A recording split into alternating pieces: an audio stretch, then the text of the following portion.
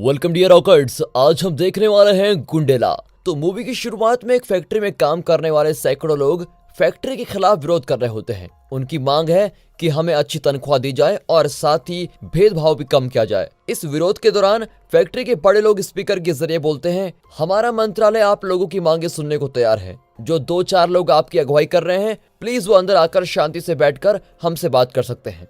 अब ये बात सुनकर वहां पर चल रहा प्रोटेस्ट आखिरकार रुक जाता है और फैक्ट्री में काम करने वाले 2-4 लोगों को अंदर भेज दिया जाता है। इस सब के दौरान पास वाली बिल्डिंग पर बैठा एक छोटा लड़का वहां चल रही सभी चीजों को देख रहा होता है और इस लड़के का नाम है संचका। अगले सीन में छोटा संचका बैठा हुआ है और अपने पापा रुद्रा का इंतजार कर रहा होता है। रुद्रा फैक्ट्री में काम करने वाले उन लोगों में से एक है जो फैक्ट्री में आंदोलन के लिए लोगों की अगुवाई कर रहे हैं। संचका अपने पापा से पूछता है, आप इन लड़ाई झगड़ों में क्यों शामिल रहना चाहते हैं? जिसके जवाब में रुद्रा बोलता है, बेटा हमेशा दूसरों की मदद करनी चाहिए और आसपास हो रही गलत चीजों के खिलाफ हमेशा आवाज उठानी चाहिए। वो अपनी बातों को जारी रखते हुए बोलता है, जो लोग एक दूसरे की मदद नहीं करते हैं उनके दिल में इंसानियत नाम की चीज ही नहीं होती है। अब 3 दिन गुजर चुके हैं, लेकिन जो लोग फैक्ट्री की बिल्डिंग में समझौता करने के लिए गए थे वो अभी तक वापस नहीं आए हैं। एक सुबह संचका उठता है और अपने माँ बाप के बीच हो रही बातचीत को सुन लेता है। वो फैक्ट्री के गायब हो चुके कर्मचारियों की बात कर रहे होते हैं। वैसे तो संचका की माँ, जिसका नाम डेला है,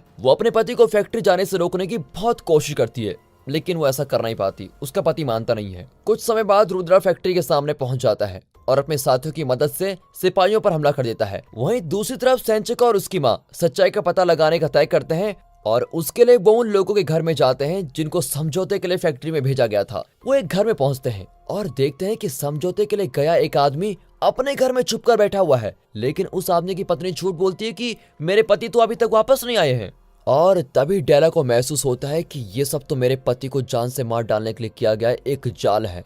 इसलिए अपने पति को बचाने के लिए वो फैक्ट्री की तरफ भागने लगती है, लेकिन उसकी बुरी किस्मत तो देखो, भागते भागते डेला गिर जाती है और उसका पैर ही मुड़ जाता है। वो तो बेचारी अब चल भी नहीं पा रही होती है, इसलिए वो अपने बेटे को बोलती है, बेटा जल्दी से फैक्ट्री जाओ और अपने पापा की जान बचा लो। अब इस सब के दौरान जब रुद्रा पहरेदारों से लड़ रहा होता है, तभी उसका ये एक साथी उसके पीछे आता है और बेचारे रुद्रा पर बहुत बार चाकू से हमला कर देता है। रुद्रा वहीं के वहीं मर जाता है। बदकिस्मती से जब संचका फैक्ट्री पहुंचता है तो अपने पापा को मरा हुआ पाता है। छोटा सा संचका अपने पापा की मौत से बिल्कुल टूट जाता है और पागलों की तरह रो रहा होता है। कुछ समय बाद वो गुस्से के साथ उठता है और अपने पापा का बदला लेना चाहता है। वो सिक्योरिटी गार्ड की एक शील्ड उठाता है और जोर से चिल्लाता है। ऐसा करते ही अचानक उसके ऊपर एक बिजली गिरती है और उसको दूर फेंक देती है, जिसकी वजह से वो शील्ड भी टूट जाती है। हैरानी की बात तो ये होती है कि वहाँ सभी के पास जो शील्ड होती है वो टूट जाती है।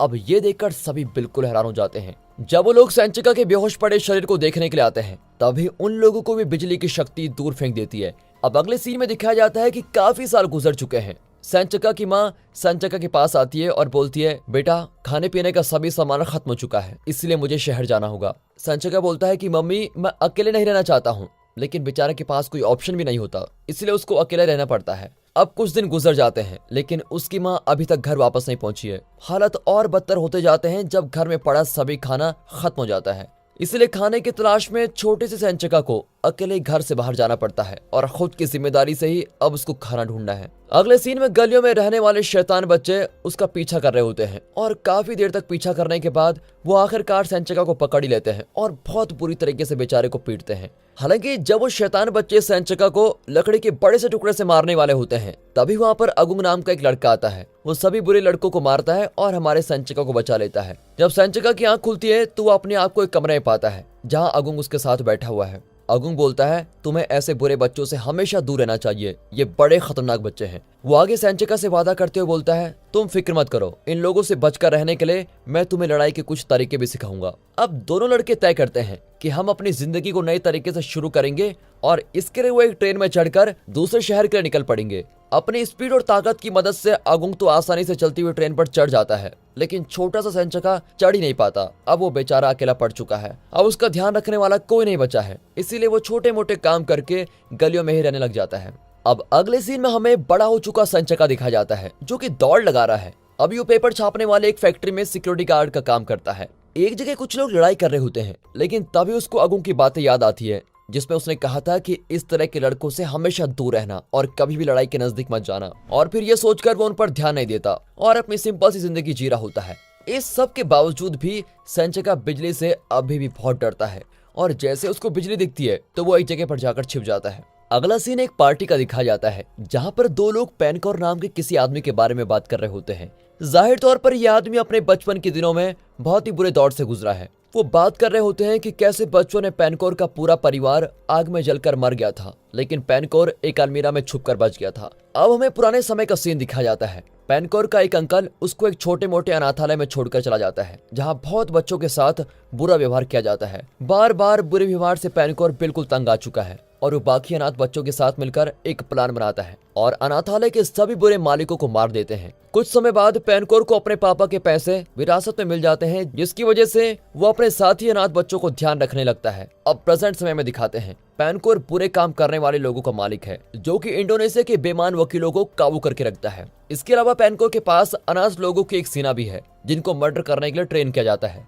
पेनकोर के पास एक बहुत ही बुरा प्लान है। वो चावल की सप्लाई में कोई चीज मिला रहा होता है, जिससे प्रेग्नेंट औरतों के होने वाले बच्चों पर बहुत ही बुरा खतरनाक असर होने वाला है। सरकार के रिश्वतखोर विधायकों ने बिना जांच के एक दवाई को मान्यता दे दी है और उस दवाई को कौन बना रहा है इसके बारे में कुछ भी बताया नहीं गया है, लेकिन फिर भी उस दवाई की मांग लोगों में बहुत ही ज्यादा चल रही होती है। अब इस विवाद ने सांसद को दो हिस्सों में बांट लिया है। एक तरफ तो पेनकोर और उसके दोस्त हैं और दूसरी तरफ कानून बनाने वाले रिडवन बारी और उसका साथी डिरगा है, जो कि कानून का बिल बनाकर बांटता है। अब वापस पार्टी का सीन दिखा जाता है। पेनकोर डिरगा के पास जाकर हाथ मिलाने के लिए हाथ आगे बढ़ाता है, लेकिन डिरगा तो हाथ मिलाता नहीं, जिसकी वजह से पेनकोर को बहुत गुस्सा आता है। जब डिरगा वापस अपने घर जा रहा होता है तभी पेनकोर के आदमी डिरगा और उसके परिवार को अगवा कर लेते हैं और बेरहमी से पूरे परिवार को मार डालते हैं। अगले सीन में सेंचका को अपने पड़ोस के कमरे से कुछ आवाजें आती है। वो वहां जाके देखता है कि दो बदमाश आदमी पैसे लूटने के लिए एक गरीब औरत को धमकी दे रहे होते हैं। ये देखकर तो आपकी बार सेंचका शांत नहीं रहने वाला है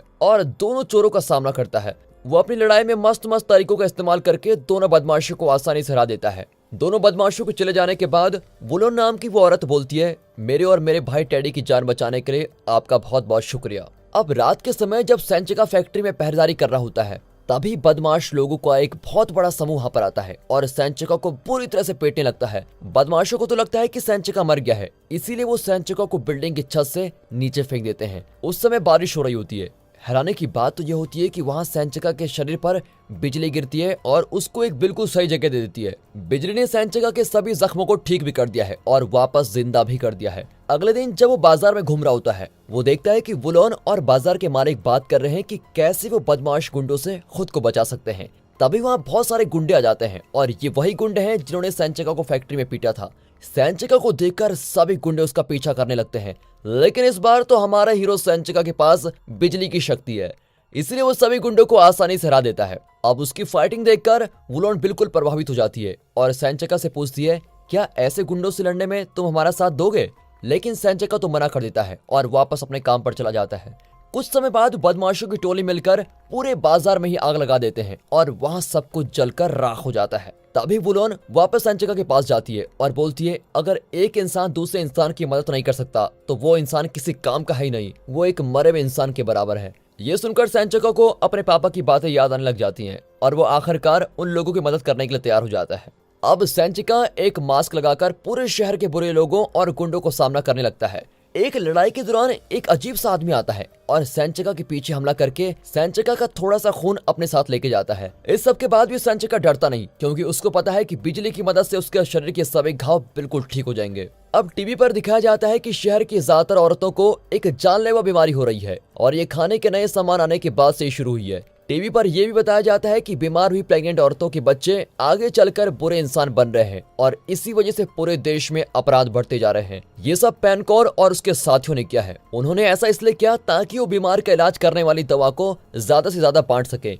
अगले सीन में सेंचका को अपनी बिजली वाली शक्तियों पर काबू करना आ जाता है और वो अपने लिए एक बढ़िया सा सूट तैयार करता है। वो पूरे शहर के बुरे लोगों और गुंडों से लड़ता रहता है और ऐसा कर करके वे गरीब परिवारों की सुरक्षा कर रहा होता है। हमारे सेंचका का नया सूट किसी सुपर हीरो के सूट से कम नहीं लग रहा है और अब वो बहुत सारे गुंडों पर खतरनाक तरीके से हमला करता रहता है।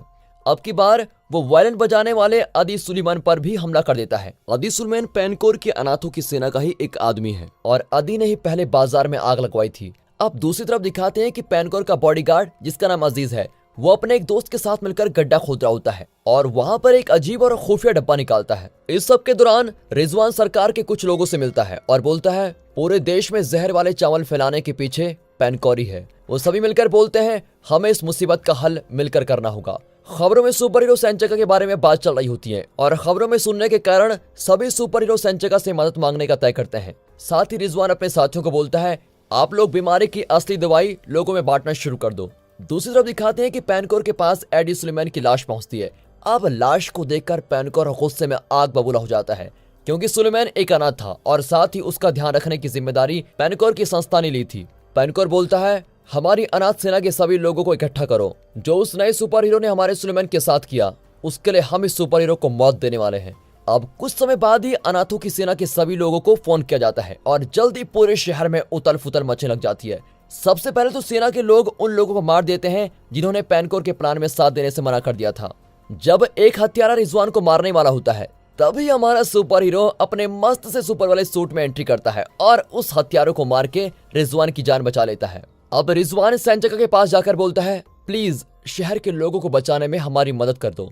अब अगले सीन में दिखाते हैं सरकार के आदमी किसी तरह से शहर में नकली दवा बांटने की बात दोबारा मान जाते हैं। उसी समय रिजवान को एक फोन कॉल आती है और उसको बताया जाता है कि जो कंपनी दवाई बना रही है वो किसी और की नहीं खुद पैनकोर की है। और ये बात सुनकर रिजवान सोचता है अगर हम पैनकोर को रोक नहीं पाए तो इस नकली दवाई को लोगों तक पहुंचने से हम कभी नहीं रोक पाएंगे।